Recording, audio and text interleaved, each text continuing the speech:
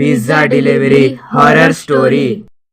ये कहानी एक पिज़्ज़ा डिलीवरी बॉय के साथ हुई एक सच्ची घटना पर आधारित है।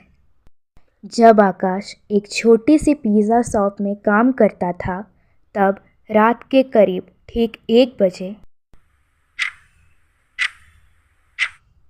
जब आकाश अपनी शिफ्ट ख़त्म करके घर के लिए निकलने ही वाला था, तब अचानक ही शॉप का फ़ोन बजा।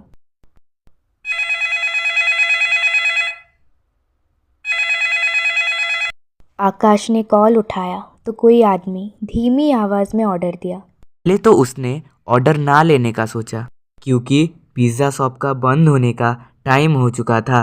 मगर जब वो आदमी ने 4 लार्ज पिज़्ज़ा ऑर्डर किया, तब आकाश ने ऑर्डर ले लिया, क्योंकि अक्सर बड़े ऑर्डर पर ज़्यादा टिप मिलती थी और आकाश को भी ज़्यादा पैसों की ज़रूरत थी।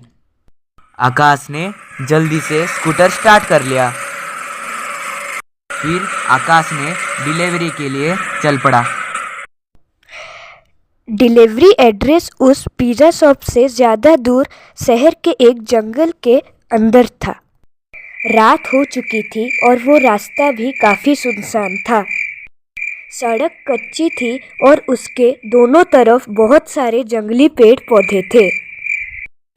रास्ते में कोई स्ट्रीट लाइट भी नहीं थी, इसीलिए चारों ओर अंधेरा ही अंधेरा था।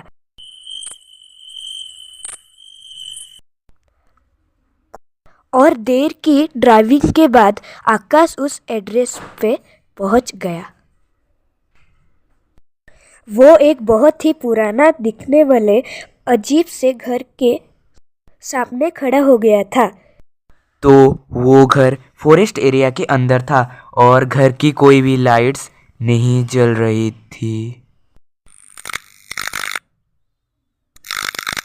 और उस घर के पास कोई हलचल भी नहीं थी। बिल्कुल सन्नाटा ही सन्नाटा। ऐसा लग रहा था वो घर से सालों वीरान पड़ा हो और उस घर में कोई रहता ही ना हो। आकाश उस घर को देखकर थोड़ा सा घबरा रहा था, इसीलिए उसने अपने मैनेजर को पहले कॉल कर दिया। वो अपने मैनेजर को वो सिचुएशन एक्सप्लेन करने के बाद वहाँ से वापस चले जाने की सोचा, लेकिन उसके मैनेजर ने फ़ोन ही नहीं उठाया। आकाश अगर बिना मैनेजर को बताए वहाँ से चला जाता तो उसकी मैनेजर उसका बहुत ज़्यादा गुस्सा हो जाता और उसकी सारी सैलरी में से काट देता। जब बार बार कॉल करने के बाद भी उसके मैनेजर ने कॉल नहीं उठाया, तो वो एक बार उस घर के पास जाकर डिलीवरी देने का मन बना लिया। आकाश जैसे ही आगे बढ़ा, उसके घर के अंदर की एक लाइट ऑन हुई। आकाश को थोड़ा सा कॉन्फिडेंस आया कि शायद अंदर कोई है। उसने डोरबेल बजाई और उसने जोर से कहा, पिज़्ज़ा डिलीवरी। मगर कुछ देर तक किसी ने दरवाज़ा नहीं खोला। आकाश ने फिर से डोरबेल बजाई तो उसे अंदर से किसी के कदमों की आवाज़ सुनाई दी।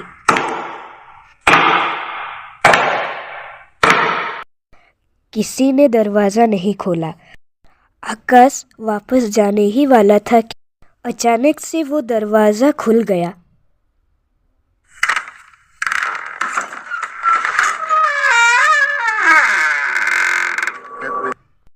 आकाश घबराया हुआ अंदर घुसा। हॉल में एक छोटी सी डीम लाइट जल रही थी और वहाँ कोई भी नहीं था। आकाश ने आवाज़ लगाई, हेलो, घर में कोई है? आपका पिज़्ज़ा लाया हूँ। कोई है क्या? तभी आकाश ने हॉल में पड़े सोफे के नीचे एक काली बिल्ली निकलकर रूम के अंदर भागी। वो बिल्ली उस रूम के घुसी और रूम की लाइट और टीवी ऑन हो गया। साथ ही छोटे बच्चों की और शैतानी और हंसने की आवाज़ सुनाई दी।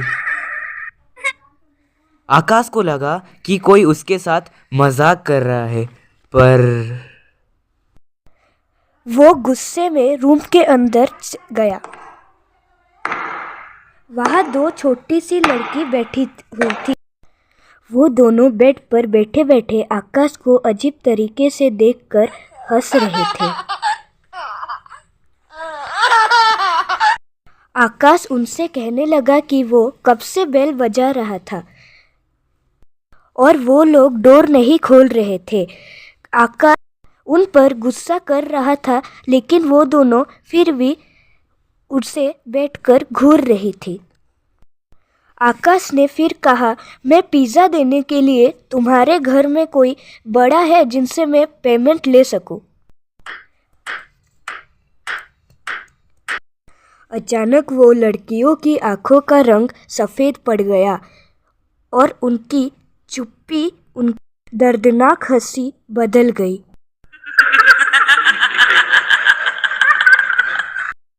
दोनों ने उस कमरे के दरवाजे की तरफ इशारा किया।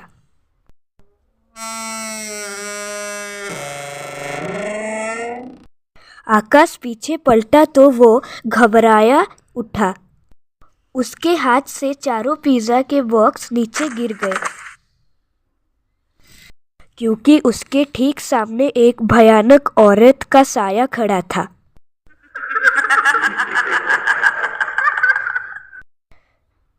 ये सब देखकर आकाश कांपने लगा। जैसे तैसे अपने स्कूटर की तरफ भागा और वहाँ से निकल गया। उस औरत का साया और वो दो लड़कियाँ वहाँ दरवाजे के पर खड़े होकर उसे घूरते और हंस रहे थे।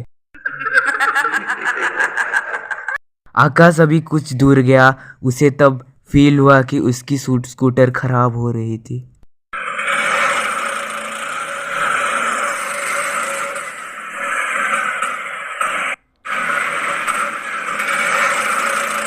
और उसकी स्कूटर बंद पड़ गई। सीमा आकाश वहाँ से निकल गया और वो नीचे उतर कर देखा कि उसकी टायर तो पंचर हो गई थी।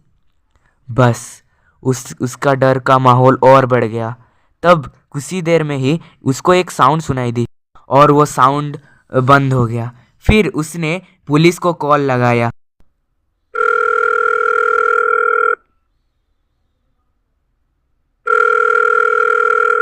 और जल्द से जल्द उसने पुलिस को मदद मांगी। वो आसपास देखने लगा और उसकी नज़र स्कूटर के मिरर पर पड़ी, जिसे देखकर उसके पैरों तले जमीन खिसक गई। स्कूटर के पीछे उसी दो औरत का साया और बच्ची खड़ी थी। वो तीनों धीरे धीरे आकाश के तरफ आ रहे थे।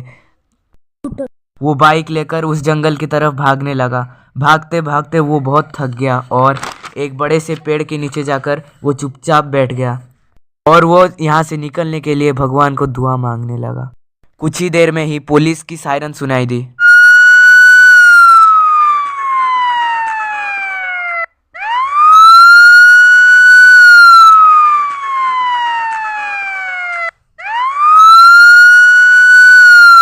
और उसकी बची हिम्मत जाग गई फिर और वो वहाँ से भागते हुए जाकर उसके स्कूटर के पास पहुँचा। वो वहाँ पर देखा कि 4 पुलिस उसके स्कूटर की इन्वेस्टिगेशन कर रहे थे। उसने तब पुलिस को सब कुछ बता दिया और उसने उस घर के पास ले गया। फिर पुलिस वालों ने घर की जांच की, लेकिन उन्हें एक जंगली बिल्ली के अलावा घर में कोई नहीं मिला। अगली सुबह ही आकाश को ये पता चला कि वो कल जो उस घर में गया था वो पूरे 30 सालों से खाली पड़ा है। और तो और 30 सालों से पहले एक औरत और उसके 2 छोटी बेटी रहती थी और उन दोनों को मार दिया गया। अगर आपको ये वीडियो पसंद आई तो खूनी संडे को जल्दी से लाइक और चैनल को सब्सक्राइब कर देना गाइस, और साथ में कमेंट भी कर देना।